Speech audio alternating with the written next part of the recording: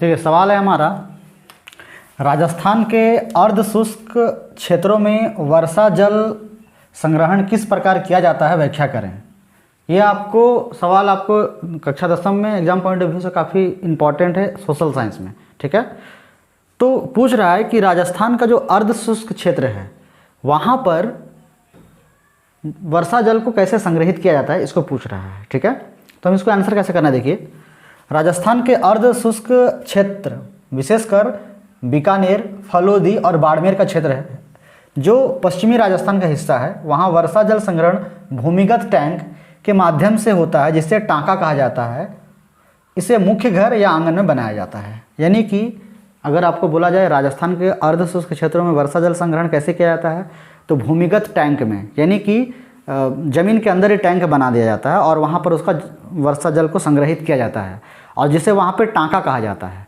अब ये भूमिगत टैंक या फिर जो टांका है उसकी जो प्रोसेस क्या है उसको आपको लिखना है।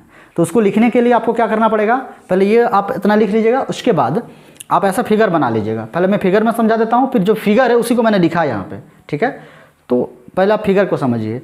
अब क्या होता है, देखिए ये मान लो घर की छत होती है। घर की छत राजस्थान में ढलान वाली होती है, तो ढलान वाली जो छत होती है वहीं पर पाइप लगा देते हैं। देखिए पाइप को ही मैंने स्लॉप करके बनाया है। ये छत से जुड़ा हुआ एक पाइप है, ठीक है। वर्षा का जल जब पहली बार आता है तो उस जल को यहाँ पे समावेश करने नहीं दिया जाता है। क्यों? क्योंकि वो छत वगैरह में पड़ता है तो वो गंदा रहता है। तो पहले वाली जल क्या करती है, छत को साफ कर देती है, इसके लिए उसको यहाँ पर समावेश उसका नहीं होता है, ठीक है। और उसके बाद की जब वर्षा जल आती है उसको इस पाइप से होकर पास होने दिया जाता है।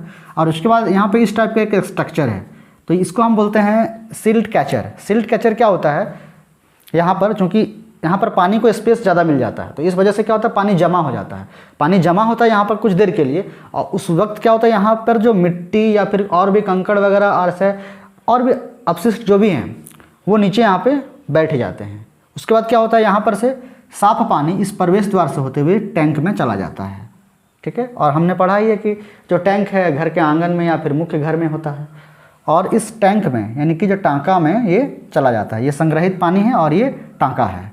उसके बाद एक निकास द्वार बना जाता है पाइप वगैरह लगा के, तो उस निकास द्वार से पानी को फिर उपयोग में लाया जाता है। बस ये फिगर के हिसाब से ये मैंने वर्णन किया है, ठीक है। लिखना क्या है फिर से देखिए, पहला नंबर मैंने लिखा है, पहली वर्षा के जल को छत की सफाई के लिए छोड़ दिया जाता है जिसे पाइप से प्रवेश नहीं कराया जाता है। पहला नंबर जो मैंने कहा उसी को लिखा है।